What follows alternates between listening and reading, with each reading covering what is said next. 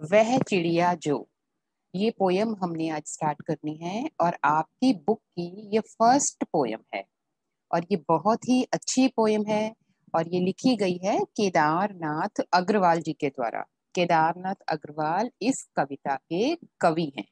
तो कवि का नाम क्या है? केदारनाथ अग्रवाल। केदारनाथ अग्रवाल जो हैं, इनका जन्म 1911 में हुआ था और ये बांदा जिले में हुआ था। बांदा जिले में हुआ था और इन्होंने हिंदी की बहुत अच्छी अच्छी कविताएं लिखी और इनको साहित्य अकादमी से भी पुरस्कृत किया गया था। बहुत से और भी इनको पुरस्कार मिले और इनका जो देहावसान है, इनकी जो मृत्यु है, ये सन 2000 में हो गई थी। तो जो इनकी बहुत सुंदर सुंदर कविताएं रचनाएं हैं, वो कौन कौन सी हैं? नींद के बादल, युग की गंगा, लोक आओ, लोक और आलोक। लेकिन आपने सिर्फ यही याद रखना है कि ये जो पोयम है वह चिड़िया जो, वो केदारनाथ अग्रवाल जी के द्वारा लिखी गई है। अब ये जो पोयम है वह चिड़िया जो, इसमें हमें कवि ने एक ऐसी चिड़िया के बारे में बताया है जो जंगल में उड़ती है, अपनी साहस का परिचय देती है, बहुत से ऐसे काम करती है जिसके बारे में कवि हमें बताना चाहता है। चिड़िया की विशेषताएं हमें इस कविता में बताई गई हैं। लेकिन कवि हमें क्या कहना चाहता है इस कविता के माध्यम से? हमें ये कहना चाहता है कि जिस प्रकार के गुण उस चिड़िया में हैं, उस चिड़िया की जितनी भी विशेषताएं हमें बताई गई हैं, वो विशेषताएं हर मनुष्य में होनी चाहिए। चिड़िया के द्वारा कवि हमें बता रहा है कि मनुष्य को कैसा होना चाहिए। छोटी सी चिड़िया है, लेकिन वो छोटी सी चिड़िया ही ऐसे ऐसे काम कर रही है, बड़ी आजादी से उड़ रही है और इस तरह के काम कर रही है कि वो मनुष्य को एक प्रेरणा दे रही है, इंस्पिरेशन दे रही है।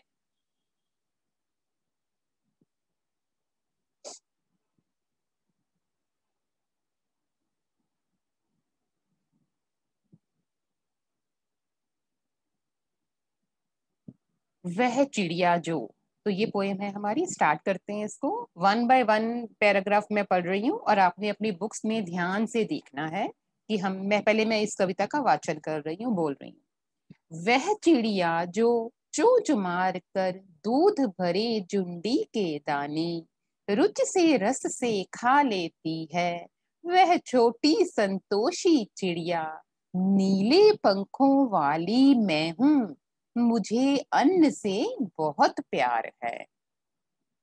तो चिड़िया अपनी इंट्रोडक्शन यहाँ पे दे रही है, अपने बारे में बता रही है कि वह क्या क्या कर रही है। तो कवि यहाँ पे कह रहे हैं कि वो चिड़िया, वो कौन सी चिड़िया जो चोंच मारकर, अपनी चोंच को मारकर, कहाँ मार रही है वो चोंच को? क्योंकि चिड़िया जब भी कोई दाने खाती है, जब भी वो कुछ खाती है तो अपनी चोंच से मार मार के खाती है ना। अगर वो किसी चीज को, रोटी भी अगर वो खा रही है तो अपनी चोंच से टुकर टुकर करके खाती है। तो वो चिड़िया क्या कह रही है कि वो चोंच मारकर दूध भरे जुंडी के दाने, जुंडी के दाने, ज्वार और बाजरा, ये हमारे भारत की प्रमुख फसलें भी हैं। ये देखिए, ये है ज्वार। ये खेतों में लगता है, जैसे हमने गेहूं लगी हुई देखी है ना, बिल्कुल वैसी ही ज्वार भी होता है, वैसा ही बाजरा होता है। जिसके अंदर जब हम गेहूं देखते हैं खेतों में लगी हुई, तो बिल्कुल स्टार्टिंग में जब वो गेहूं लगी होती है, गेहूं की बालियां ऊपर आती हैं, तो वो वाइट कलर के दूध से भरी होती हैं जब वो कच्ची होती हैं।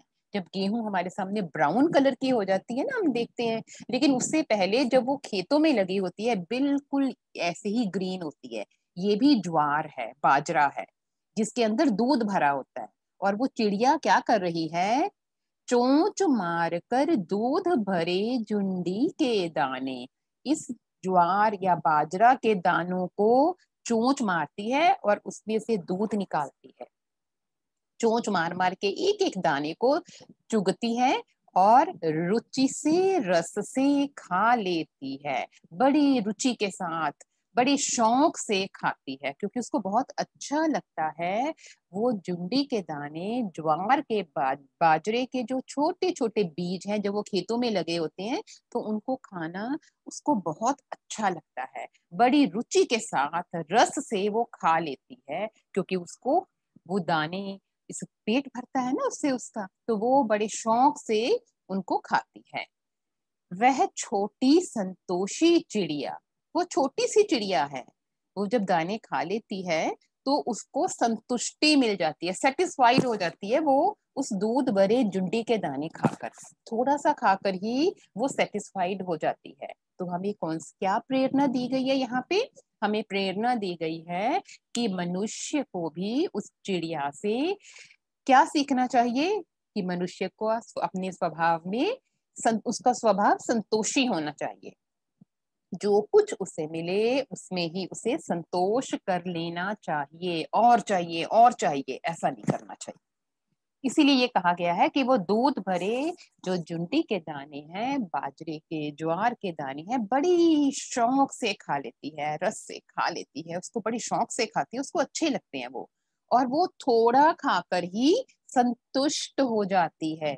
इसीलिए उस चिड़िया की पहली विशेषता हमें क्या बताई गई है, कि वह छोटी संतोषी चिड़िया, वो छोटी सी चिड़िया है और थोड़ा सा खाकर ही संतुष्ट हो जाती है।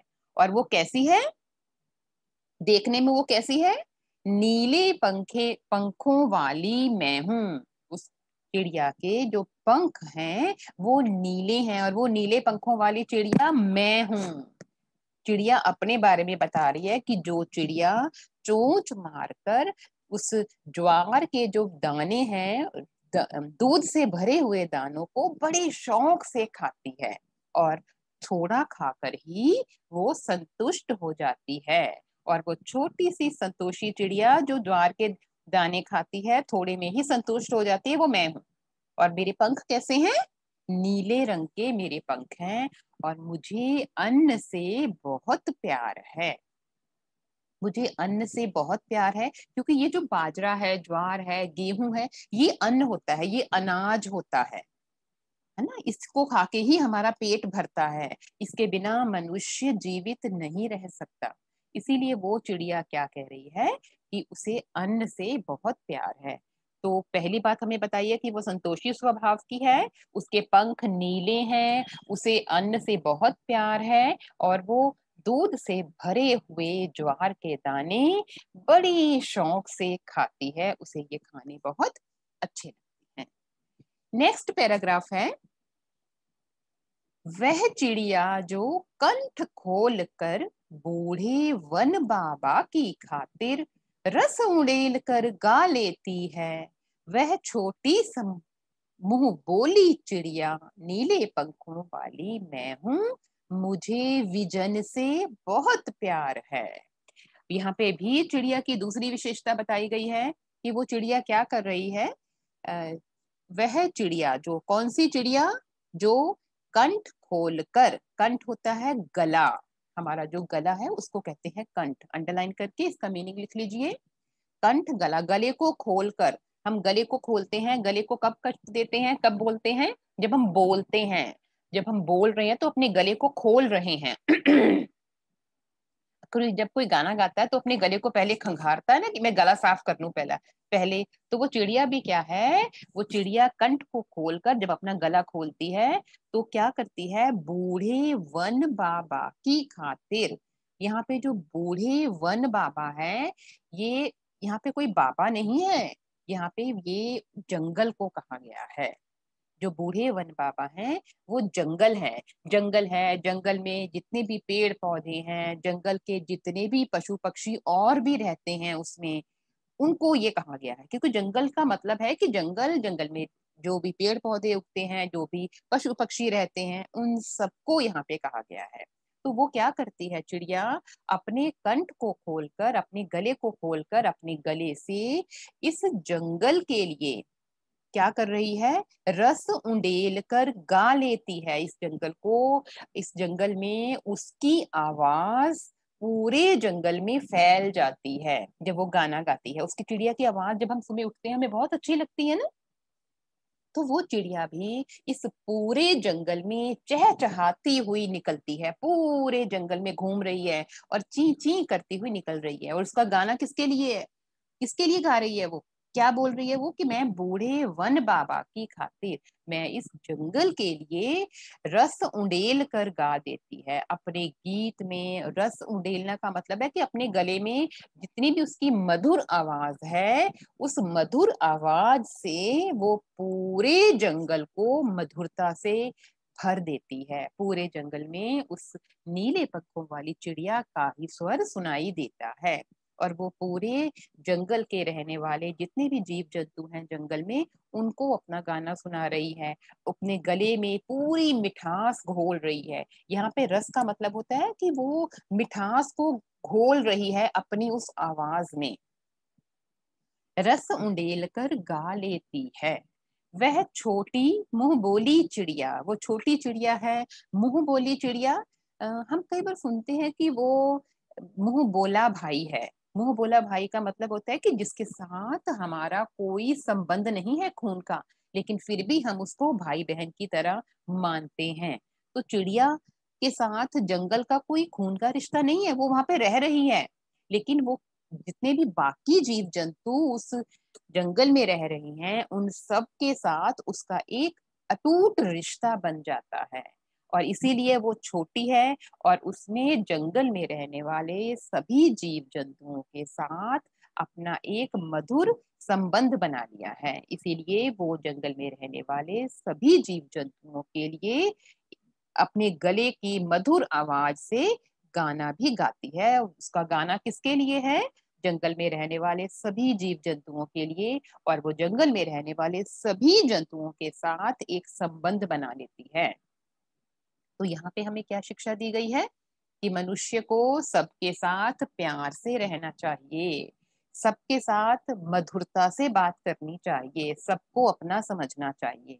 और नीले पंखे वह मुंह बोली चिड़िया नीले पंखों वाली मैं हूँ। वो क्या कह रही है कि वो नीले पंखों वाली चिड़िया मैं ही हूँ और मुझे विजन से बहुत प्यार है। विजन यहाँ पे होता है एकांत, अकेले रहना। देखो चिड़िया जो है वो अकेली ही गा रही है पूरे जंगल में, और भी हैं उसके साथ जीव जंतु, लेकिन अपना जीवन वो आत्मनिर्भर है अपने ऊपर।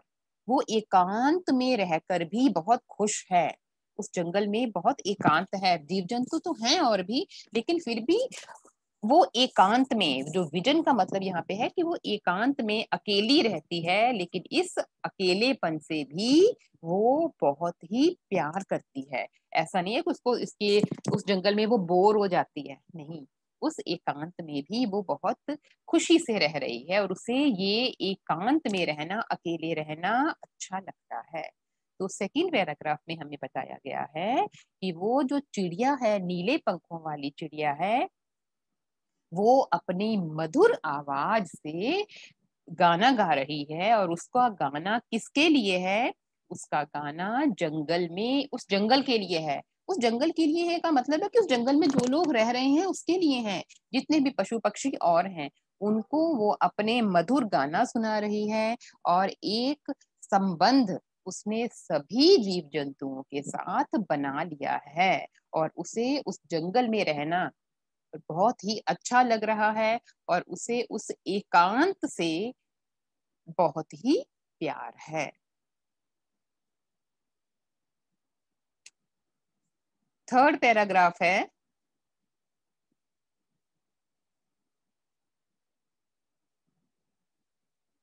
वह चिड़िया जो, अब तीसरी विशेषता क्या बताई जा रही है? फर्स्ट में हमने देखा कि फर्स्ट में हमें ये बताया गया है कि उसे अन्न से बहुत प्यार है, वो दूध भरे जुंडी के दाने बड़े प्यार से खा लेती है, संतुष्ट हो जाती है थोड़ा खाकर ही। दूसरे में हमें बताया गया है कि वो मधुर आवाज है उसकी, उसकी आवाज भी बहुत मधुर है। जितने भी जंगली जानवर हैं और भी जानवर जितने भी उस जंगल में रह रहे हैं, उन सबके लिए वो गाना गा रही है और उसे एकांत से बहुत प्यार है। अब जो थर्ड पैराग्राफ है उसमें हमें क्या बताया गया है कि वो जो चिड़िया है वो क्या करती है? चोंच मार कर चढ़ी नदी का दिल टटोल कर जल का मोती ले जाती है। वह छोटी गर्वीली चिड़िया नीले पंखों वाली मैं हूँ, मुझे नदी से बहुत प्यार है। थर्ड प्यार किससे है उसको? उसको उस नदी से बहुत प्यार है। अब नदी से उसको क्यों प्यार होगा? क्योंकि वो जो नदी है वो क्या करती है, उसकी प्यास बुझाती है। एकांत विजन उसको क्यों प्यारा लगता है? क्योंकि वो वहां पे रह रही है, वो अकेली रहकर ही संतुष्ट है। अन्न से उसे क्यों प्यार है?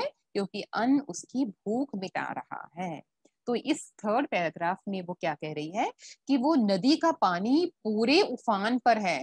एक नदी जब हम देखते हैं तो पूरी भरी होती है, छल छल करती हुई नदी बह रही है, पूरी भरी होती है, लेकिन वो चिड़िया क्या कर रही है, वो चोंच मारकर चढ़ी नदी का दिल टटोल कर, दिल टटोलना टटोलना होता है किसी की थाह लेना, किसी को देखना, किसी को ढूंढना, पहले से ही ये देखना कि उस नदी में पहले से ही वो उस नदी का दिल टटोल लेती है, जान लेती है कि ये नदी बहुत चढ़ी हुई है, इसका पानी ऊपर तक आया हुआ है, उसमें से पानी पीना उसके लिए रिस्की भी हो सकता है। लेकिन वो पहले से ही उसको इस बात का पूरा पता है कि नदी पूरी भरी हुई है, लेकिन फिर भी वो क्या कर रही है, बड़ी सावधानी से उस नदी में से जल का मोती ले जाती है। उस नदी में से धीरे से आती है, उस नदी में से एक बूंद पानी की लेती है, और उस जल को यहाँ पे मोती कहा गया है, उस एक बूंद को मोती कहा गया है, और वो उस बूंद को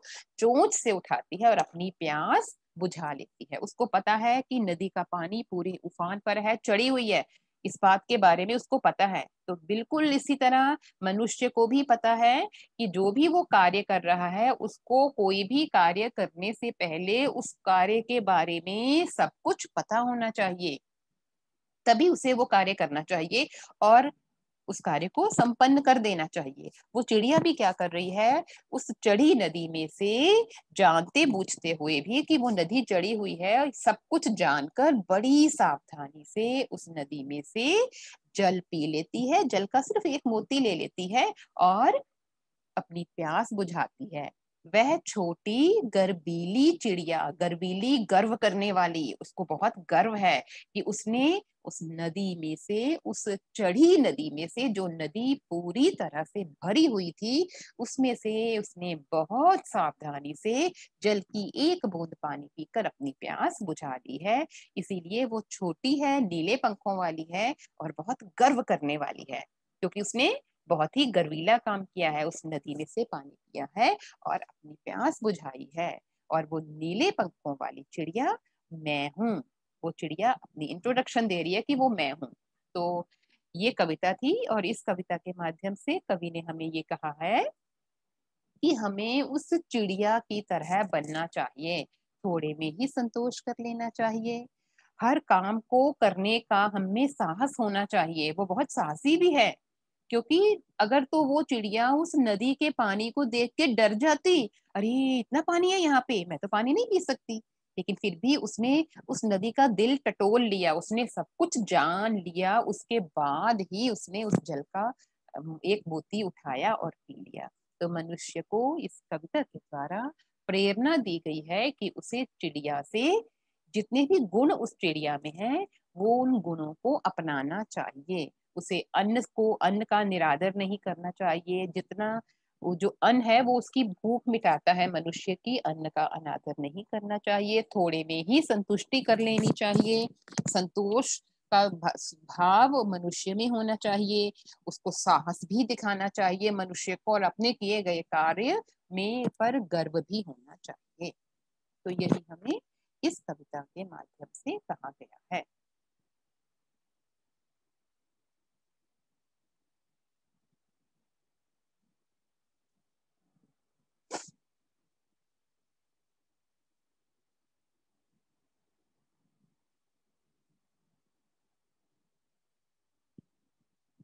हाँ जी बेटा, पोएम समझ आ गई है सबको? बड़ी डिटेल में मैंने बताई है, बहुत टाइम लिया है, लेकिन मुझे लगता है कि समझ आ गई होगी। लेकिन फिर भी अगर किसी को कोई लाइन नहीं समझ आई है तो वो पूछ सकता है, अदरवाइज मैं चैप्टर के क्वेश्चन आंसर्स पहले स्टार्ट कर रही हूँ। एक बात और बेटा, जब भी हमने आज मैंने आपको ये कविता करवाई है, ठीक है, हम पहली बार आज क्या करेंगे, इस कविता का अर्थ लिखेंगे, जितनी जैसे मैंने आपको आज का पूरी कविता का अर्थ बताया है ना, आपने इस पूरी कविता का अर्थ लिखना है। और कैसे लिखना है? देखो, इस कविता में टोटल 3 पैराग्राफ्स हैं। 1 2 3 तीनों पैराग्राफ है ना। फर्स्ट पैराग्राफ देखो, चोंच मार कर वह चिड़िया जो चोंच मार कर दूध भरे जुंडी के दाने, ये है ना। और ये पोएम को आपने गाना भी है, ये याद भी होनी चाहिए आपको। बड़ी इजी है, सुंदर सी पोएम है, छोटी सी पोएम है, आप इसको याद भी कर लेना। अब मैं आपको बता रही हूँ कि आपने इसका अर्थ कैसे लिखना है।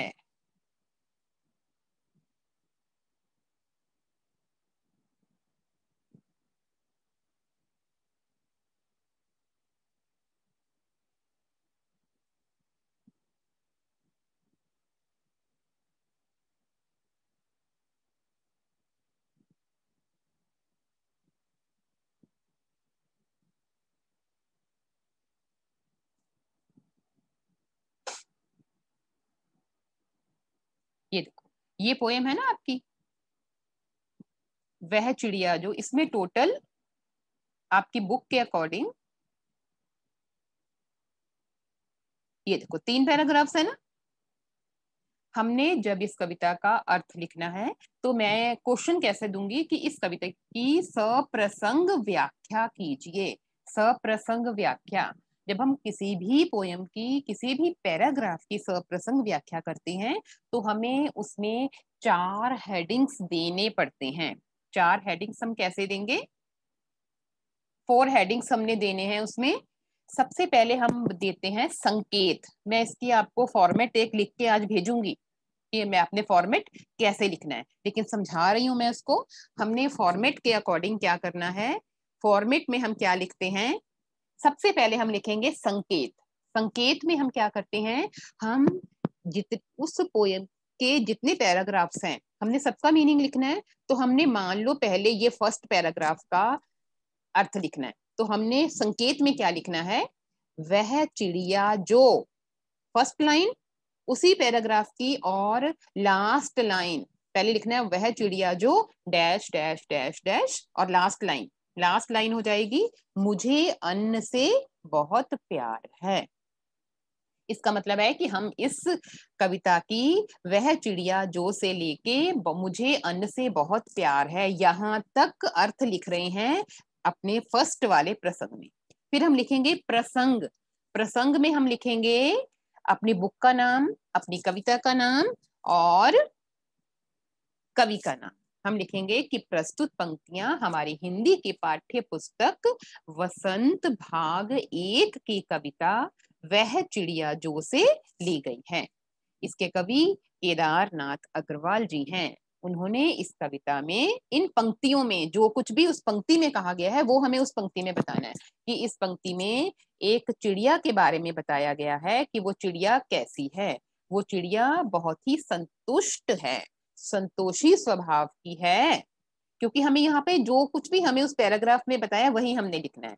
तो सब पहला पैराग्राफ हो गया संकेत, दूसरा प्रसंग, तीसरा सरलार्थ। सरलार्थ में हमने पूरी इस पैराग्राफ का मीनिंग बताना है कि वह चिड़िया कैसी है, वो नीले पंखों वाली है जो दूध भरे ज्वार के दानों को बड़े ही रुचि से, शौक से खा लेती है, और वो बहुत ही संतोषी स्वभाव की है, थोड़ा खाकर ही उसे संतुष्टि मिल जाती है, और वो नीले पंखों वाली है और उसे अन्न से बहुत प्यार है। अन्न से क्यों प्यार है? क्योंकि वो अन्न उसकी प्यास बुझाता है। फर्स्ट पैराग्राफ हो गया। उसके बाद लास्ट में हम लिखेंगे भावार्थ, कि इस पैराग्राफ में हमें क्या कहा गया है, भावार्थ क्या है, हमें क्या शिक्षा मिलती है कि मनुष्य को चिड़िया की तरह संतुष्ट, जो मिले उसमें ही संतुष्ट हो जाना चाहिए। सिमिलरली हमने सेकंड पैराग्राफ करना है और थर्ड करना है, बिल्कुल ऐसे ही। इस कविता का सार आपकी बुक में ऑलरेडी यहाँ लिखा हुआ है, यहाँ से भी आप पढ़ सकते हो। हम फर्स्ट क्वेश्चन देखते हैं। कविता पढ़कर तुम्हारे मन में चिड़िया का जो चित्र उभरता है उस चित्र को कागज पर बनाओ। अब यहाँ पे आपकी क्रिएटिविटी है कि आपने उस चिड़िया के बारे में जो पढ़ा है वो चिड़िया किस प्रकार की आपको लगती है? तो हमें ये दिखता है ना कि वो चिड़िया नीले रंग की है, तो हम छोटी सी चिड़िया एक बना सकते हैं और हम उस चिड़िया की विशेषताएं भी बता सकते हैं कि वो चिड़िया कैसी है, नीले रंग की है, छोटी सी है, गर्वीली है, गर्व करती है बहुत और बहुत साहसी है।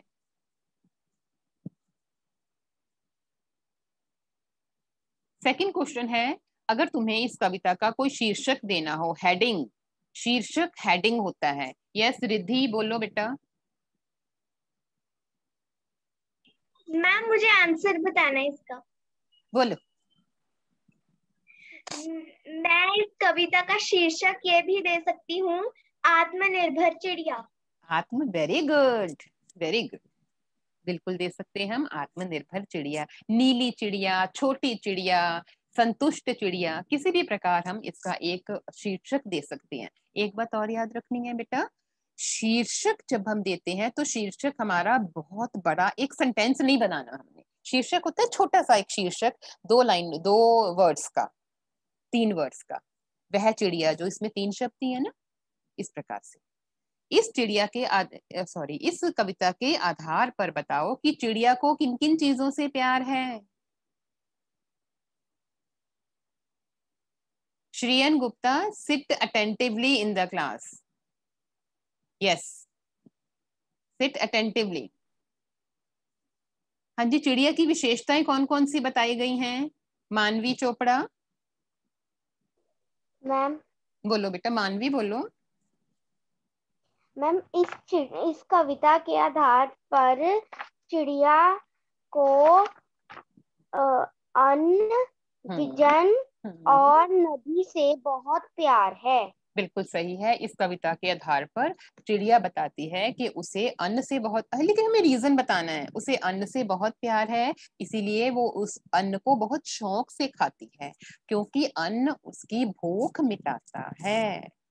और चिड़िया को विजन से प्यार है, उसको एकांत से प्यार है, वो अकेली रहकर भी संतुष्ट है, उसको कोई इतना नहीं, ये नहीं चाहिए कि उसके इतने सारे फ्रेंड्स चाहिए, उसको एकांत से बहुत प्यार है। और उसे नदी से भी बहुत प्यार है। नदी से क्यों प्यार है? क्यों प्यार है अक्षरा नदी से? Good morning ma'am. Good morning बेटा। मैम चिड़िया को नदी से इसलिए प्यार है क्योंकि नदी चिड़िया की प्यास बुझाता है। नदी चिड़िया की प्यास बुझाती है, स्त्रीलिंग है ना। अब फोर्थ क्वेश्चन देखिए, आशय स्पष्ट कीजिए।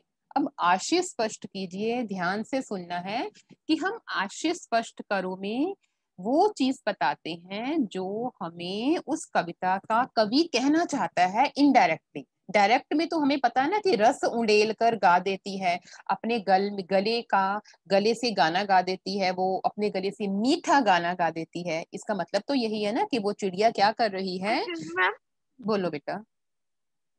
मैम आपने लर्न करने को कहा है। अभी तो आपने प्रसंग सहित व्याख्या लिखनी है आज इसकी। मैम बोलो। मैम इसे लर्न करने को कहा है। हाँ जी, पोएम को लर्न करना है आपने, एक बार लर्न करना। मैं नेक्स्ट क्लास में सुनूंगी आपसे पोएम। सबसे पहले कल मैंने पोएम ही सुननी है, उसके बाद देखो आशय स्पष्ट करो में जैसे फर्स्ट है, रस उंडेल कर गा देती है। इन पंक्तियों में कहा गया है कि कवि जो चिड़िया है वो अपनी सुंदर गले से, सुंदर गले का मतलब है मीठा गले का मतलब है कि अपनी मीठी आवाज से पूरे जितने भी जंगल के जानवर हैं उनके लिए एक गीत गा रही है। पूरे जंगल में उस चिड़िया की मीठी आवाज ही गूंजती है, इसीलिए चिड़िया अपनी गले की मिठास से उस उड़ेल कर गा देती है, पूरे जंगल में उस गाने को गा रही है अपनी मीठी आवाज में। अब इसका क्या मतलब है मीठी आवाज में का? रस उंडेल कर गा देती है। अब इसका हमने मीनिंग बताना है यहाँ पे, रस उंडेल कर गा देती है, कौन बताएगा मुझे यहाँ पे? रस उंडेल कर, बोलो बेटा बोलो। मैम यही कि वो रस बाजरा और उसके मैम वो दानों में से निकाल कर मैम बेटा वो बेटा गाना गा देती है। वेट वेट वेट, मैंने क्या पूछा है यहाँ पे? मैंने सिर्फ एक पोयम पूछी है, सिर्फ यही क्वेश्चन मैंने आपको पूछा है। रस उंडेल कर गा देती है, मैंने बाजरा यहाँ पे नहीं आया है। यहाँ पे हमें सिर्फ एक लाइन में बताना है कि रस उंडेल कर गा देती है। इसका क्या मतलब है? इसका मतलब है कि जो चिड़िया है वो अपनी मीठी आवाज से, मीठे स्वर से पूरे जंगल में गा रही है। उसकी मीठी आवाज पूरे जंगल में गूंज रही है। वो अपने गले से मधुर आवाज में मीठा और मधुर गीत गा रही है। ऐसा लगता है कि उसने अपने उस गले में रस घोल दिया है। रस का मतलब है कि वो आनंद आ रहा है सबको उसका गाना सुनकर। ऐसा लगता है कि उसके गले में उसने रस घोल दिया है। ये रस वही है। रस का मतलब है कि आनंद आ गया है सबको उसका गाना सुनकर। वो गीत किसके लिए गा रही है? वो पूरे जंगल के जीव जंतुओं के लिए गा रही है। उसकी आवाज बहुत ही मीठी है। नेक्स्ट है, चढ़ी नदी का दिल टटोल कर जल का मोती ले जाती है। क्या करती है? बड़े साहस के साथ नदी में से एक बूंद पानी अपनी चोंच से उठाकर ले जाती है और अपनी प्यास बुझाती है। यही क्वेश्चन हमने करने हैं इसमें। इसके अलावा देखो विशेषताएं बताई गई हैं हमें चिड़िया की, कि चिड़िया कैसी है? छोटी है। छोटी छोटी विशेषता बता रही है ना हमें उसकी। तो चिड़िया की कौन कौन सी विशेषताएं हमें यहाँ पे इस पाठ में बताई गई हैं?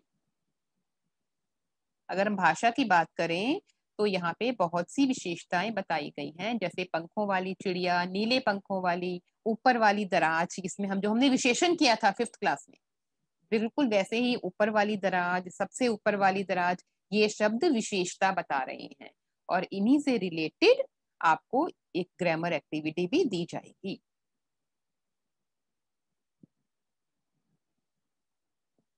तो हमने इस पाठ में आज क्या करना है? आपने प्रसंग सहित सरलार्थ इनका लिखना है। Is it okay? किसी की अगर कोई क्वेरी है तो पूछ सकता है। हाँ जी बेटा।